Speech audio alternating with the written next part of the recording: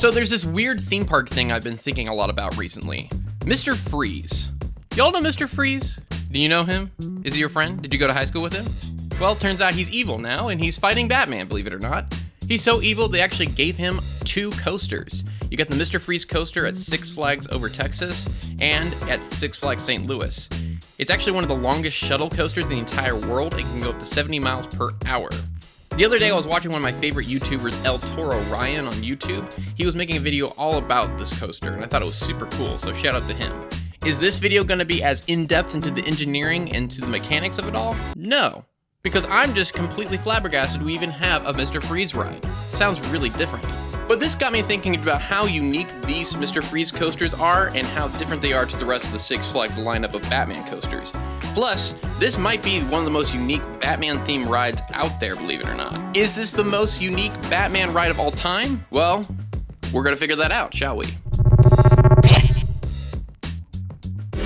But before we talk about the coaster, we actually really need to talk about just the titular character himself, Victor Freeze. For many Batman fans, Mr. Freeze kind of represents a clear difference in the rogues gallery of Batman between characters like the Joker and the Riddler and then sillier characters like Killer Croc or Clayface. Not to say that Mr. Freeze can kind of be both, he's kind of just right down the middle. And not to say that there have been really good grounded versions of Mr. Freeze in the past, especially on the Batman animated series and then also the Batman Arkham games. Just compared to the Joker and the Riddler, he's definitely not something that you would probably see in like the Christopher Nolan Dark Knight trilogy. A lot of it might be that most of the interpretations of Mr. Freeze are a lot sillier than they are serious. Some of it also might be that Mr. Freeze does sound like a knockoff soda you would get at Walmart. But I'm here today to tell you that Mr. Freeze is probably the best Batman villain in his entire lineup of villains. Is that the whole reason I made this video in the first place? Yes, but let's talk about the coaster too. Now, if you're like me and you watched the Batman animated series, you were probably introduced to Mr. Freeze through the episode Heart of Ice. But that's not the first time he ever appeared. He was first appeared as Mr. Zero way back in the comic books on Batman issue 121. Back then, as Mr. Zero, he was probably a more gimmicky character and definitely a side villain. He wouldn't make his full appearance as Mr. Freeze until he was on the Adam West 1966 show. Here, Mr. Freeze was actually changed his name from Mr. Zero to Mr. Freeze, and then the comics did the same thing after that. On the Adam West show, he was also very much a silly villain. He was played by multiple actors and was along the lines of some of the sillier, dorky villains like Clock King or King Tut. But also, most things about Batman were pretty kitschy back in the day. Batman really didn't become more of a gritty, serious character until about the 1970s. So cut to about 30 years later, and when the Batman the Animated Series is in full production, the producers need to fully change the design and backstory of Mr. Freeze. No longer was he some goofy freeze-raised supervillain, but he actually was like a grieving, sorrowful scientist who was mourning the death of his wife. It was the popularity of this character through the animated show that actually skyrocketed him from being such a joke character to one of the main players of the Rogue Gallery. Which is funny because later on, in 1997, the Batman and Robin film makes Mr. Freeze a kitschy, silly, goofy character again. Batman and Robin is widely known to be the worst Batman movie of all time, which is saying a lot because most of the superhero movies, Batman series is probably the best in terms of tracking record of actual quality of movies from good movies to bad. But Batman and Robin had a wildly crazy budget and starred Arnold Schwarzenegger as Mr. Freeze, and it's one of the most goofy, incoherent messes of a film with every angle and every line looking like a giant pun and a product placement for a toy. It's not a good movie in any way, but it's also a very fun movie to watch as well. I would probably argue that it's maybe the most entertaining Batman movie. It's one of those perfect so bad that it's good movies that you can watch with your group of friends and just laugh at it the entire time. And as silly as it is, it kind of looks really good. I love the sets in this movie. The production design isn't terrible. You can totally tell that the Gotham City they built, they put a lot of money on it for sure, instead of, putting money into a script. But since Batman and Robin, we have not had a live action film appearance of Mr. Freeze since. Matt Reeves, if you're watching this video, you know who to put into the Batman Part 2. Famously, Batman and Robin was made because Warner Brothers actually signed a toy licensing deal before they even started production on the movie. And there were tons of marketing promotions for Batman and Robin, including a deal with Taco Bell and with Six Flags. Yes, turns out the coasters we're actually talking about today were supposed to open on the exact same date as the Batman and Robin movie. This movie was so big that this Mr. Freeze coaster at Six Flags isn't even the only coaster that was supposed to coincide with the release of the movie. No, we still have to talk about the other Batman and Robin coaster, Batman and Robin The Chiller. Batman and Robin The Chiller was a dual-tracked launch roller coaster at Six Flags Great Adventure from 1997 to 2007. One track was themed to Batman, the other one was themed to Robin. They were supposed to dual track each other, sort of like a Stardust Racers. But from all accounts, it seemed like the ride was extremely rough and barely worked. It had excessive downtime, and neither of the tracks would ever work simultaneously. It is demolished and now is where the Justice League Battle for the Metropolis ride sits at Great Adventure. This got me thinking just how many Batman rides are located around the world. There are multiple franchises that have a plethora of attractions. I'm thinking of franchises like Peanuts, Hello Kitty, Finding Nemo, and Sesame Street might be the top 4. I think Batman might be number 5. Listen, we don't have time to go into literally every single Batman attraction that's ever existed, but to see how many Batman rides are actually out there, let's see how many have either been made or are currently in operation. So as of making this video in 2025, there are so many Batman attractions that have been made. Some of the notable examples would probably be Batman the Ride, which can be found at most Six Flags parks. It's a classic suspended coaster, typically has either blue or yellow color scheme, and has that old school Batman logo that I love that's neon and it's shining in the loading station. Cool. Batman the Escape, which was very similar at Six Flags Astro World, is a standing coaster. I'm not a huge fan of standing rides, it just feels like my knees are gonna lock into place. Batman Gotham City Escape, which is a coaster at Park Warner Madrid in Spain. It's a multi-launch coaster that has a 45-meter top hat element and features coaster trains that actually look like the Batmobile. Looks like fun. There's some really cool Joker animatronics in here too. Batman Night Flight, which is found at Warner Brothers World Abu Dhabi. This is a dark ride that immerses visitors into the world of Gotham City. You actually go through Wayne Enterprises into the queue. It's similar to Forbidden Journey or Monsters Unchained, mostly screens with some physical sets. It does, however, have a Mr. Freeze animatronic figure in it, so double points to Abu Dhabi. Batwing Space Shot at Warner Brothers World in Gold Coast, Australia. It's a drop tower, but it's themed to Batman Begins from 2005. Batman Adventure the Ride, a motion simulator that was actually filmed on some of the Tim Burton Batman sets. It looks really cool. The queue is awesome. You actually go through Wayne Manor. It's very detailed. The Dark Knight Coaster, an indoor wild mouse coaster that has some of the theming from the Christopher Nolan trilogy. Batwing, which is a coaster where you start the ride actually laying on your back. It's very similar to the ride Nighthawk at Carowinds that doesn't exist anymore. Justice League Battle for Metropolis. It's a Sally Dark ride shooter. It's a big fan favorite. Arkham Asylum Shock Therapy, which was a suspended coaster that's now gone, but apparently was themed to the Arkham Asylum video game. Justice League War World Attack. It's at Movie World Abu Dhabi as well. Think of something like Spider-Man Transformers at Universal, sort of that kind of simulator. Batman Dark Flight, which is a flying theater attraction that goes through Gotham City. You can only find it at a casino in Macau. Gotham City Gauntlet, an escape from Arkham Asylum, which is this wild mouse coaster. The vehicles look like airbrush art of the villains. We've got the Riddler Mindbender, the Riddler Revenger, Riddler's Revenge, the Joker, the Joker's Drink. You get the idea. There's so many Batman attractions out there, and most of them are roller coasters. So let's talk about the ride that we're talking about in this video completely. Mr. Freeze at Six Flags over Texas. So the queue for Mr. Freeze actually begins with a facade of the Snowy Cones ice cream factory. You go through the abandoned ice cream factory and you see tons of different signs with graffiti everywhere and this concrete machinery. And it has some of these canisters that say like vanilla and strawberry. And eventually you walk your way through the abandoned factory to the ride vehicle. When you get to the loading station, you'll notice up in the corner, you'll see a statue of Mr. Freeze hanging out, lurking over you in the dark. Very much, it's based off of the Batman animated series version of Mr. Freeze. He kind of doesn't do much. He kind of just moves his head around and then lurks with his cool red glasses. Once you get there, you notice that the ride loading station is actually not on the track like most coasters are. This one you actually load separately on a different track, which then moves horizontally to begin the ride.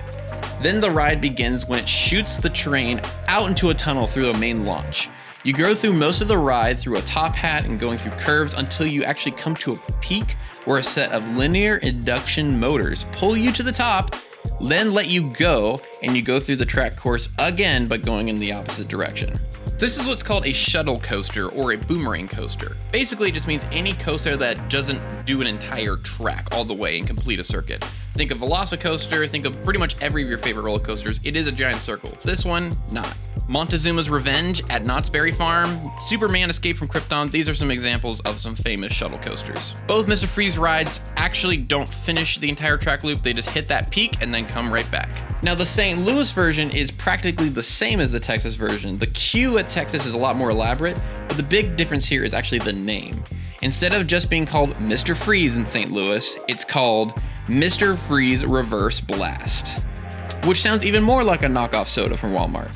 The track out here is actually exactly the same, except that you actually start going backwards and end going forwards, unlike Texas, which does the opposite. Now, both parks have backwards trains, but only Texas has one train that goes backwards starting out and then goes forwards.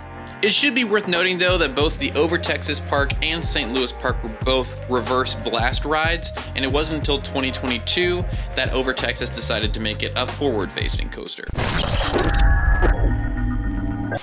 Now, backwards coasters are nothing out of the ordinary. Backwards launches are extremely rare, but we're seeing countless examples of backwards launches happening more and more. We've got Guardians of the Galaxy Cosmic Rewind, Hagrid's Magical Creature Motorbike Adventure, Full Throttle, Sandy's Blastin' Bronco, Fire Chaser Express 13, Top Thrill 2. See, launch coasters like the Mr. Freeze ride use what's called linear induction motors, or LIMs as they're known. In very, very basic sense, these LIMs are high-powered magnets that use electricity to propel you forward. Normally, these magnets are on the top or the sides of the coaster track, and your ride vehicle typically has a space in the middle where it allows a current of the magnet to travel. We create a tremendously powerful magnetic wave down the launch tunnel, and the vehicle, if you look at the side, has aluminum fins on it, very lightweight fins, and those fins run inside these horizontal motors. And they literally, the best way to describe it is you're surfing this very powerful magnetic wave, and it's the magnetic wave which carries the vehicle forward. So you have no moving parts. Nothing is actually physically touching it except for this magnetic wave. You see, these LIM launches are the most common version of a launch coaster that we have today. Now, we also have LSMs, which are linear synchronous motor coasters.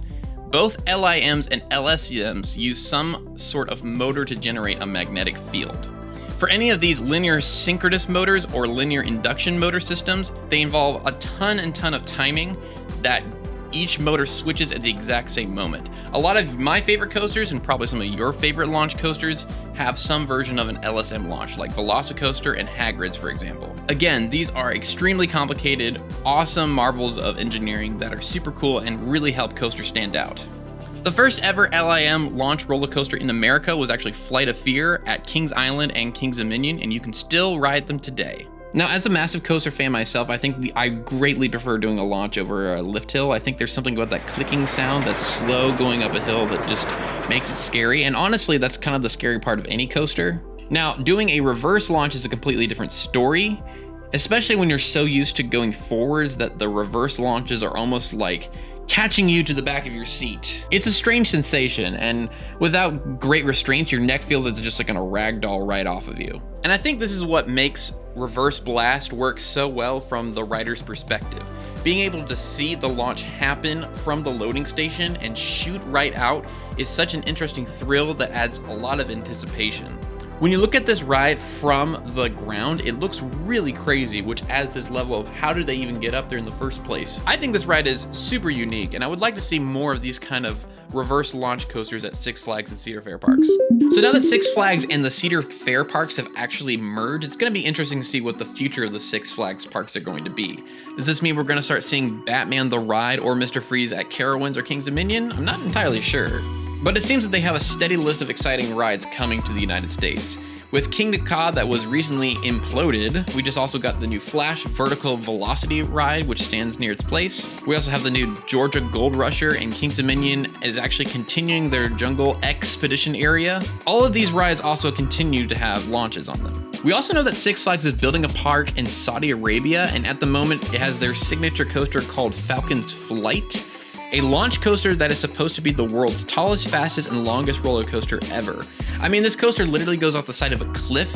This is exactly the type of thing I would try to make in Roller Coaster Tycoon. In terms of new attractions for Six Flags Parks for 2025 and 2026, they have 11 roller coasters plus water rides and themed lands and water park upgrades happening. And yet with all these new attractions that Six Flags is building, none of them really have the uniqueness or the theming or the launches that you would get on the Mr. Freeze ride. With so many different Batman rides out there, there's a large percentage of them that are kind of just generic B&M coasters, which I couldn't help but wonder what's actually the best Batman ride out there. Which one actually gives guests the feeling that they're in Gotham City on the most immersive experience? It's really hard to choose which one is the best, but in terms of my opinion, I would probably say that it's Batman Night Flight. It's got the best immersive sets, it's got the rogue gallery of villains, you don't just get the Joker, and you can follow the action pretty simply too. The art direction is perfectly a mixture of cartoonish and real, similar to that of the Arkham games. The music perfectly captures that early Danny Elfman score from the Tim Burton films. Also, I love any kind of queue or ride that has kind of a fake out in it, which this ride has through its queue, which makes you think you're just going through a regular Wayne Enterprises tour. It's in classic theme park trope where you're going through an open house of Wayne Enterprises or sort of a job fair. And then somehow we get clearance from Bruce Wayne because apparently all of us in the elevator are tech experts. You're all tech experts. The big concern I have with Night Flight is that the dome screens are really not hidden whatsoever. Also, I wish there was a Batman ride with really fluid animatronics. This ride does have animatronics, but they're really stagnated, and I wish to see something on more of that Universal Disney caliber. Yes, this is a screen-heavy attraction, but honestly, I think the animation is pretty great, especially all these flying scenes where you're flying with Batman through Gotham City. But overall, I think this ride is pretty sick. If anyone who's watching this who works in Abu Dhabi wants to fly me over, I'll do it. Even though my favorite Batman villain has sort of become a joke interpretation over the years, it's cool to see that his coaster in St. Louis and over Texas is still operating almost 30 years later. If Six Flags had the money to redo the animatronic in the queue, don't make it just tilt its head around, but actually make it a lot more fluid, a lot more animated, that would be the dream version of this attraction. Also, for some reason, every time I look at the Google reviews for this ride, it seems like there's basically no air conditioning in the indoor queue in Texas. Everyone complains that there's no AC in the queue, it's extremely humid, and if there's one ride that actually needs to be cold, it's the Mr. Freeze ride. So maybe all they need to do to fix it is just add a bunch of air conditioning units. Honestly, you could probably just make a walk-in freezer and say the Mr. Freeze ride, and it would probably be just as popular on a hot summer day. So let's answer the question, is the Mr. Freeze roller coaster actually the most unique version of a Batman coaster there is? I think yes. This thing is very popular, it's very different, and it feels like a classic attraction, especially at the Over Texas and St. Louis parks. Is the best Batman ride? That's up for interpretation of what you like, but in terms of coasters, this one's pretty unique and very different. So, what's your interpretation or the best version of a Batman attraction you can think of? Have you ridden Mr. Freeze or Mr. Freeze Reverse Blast? Comment down below and let me know, and remember to subscribe for more thoughts about theme park design.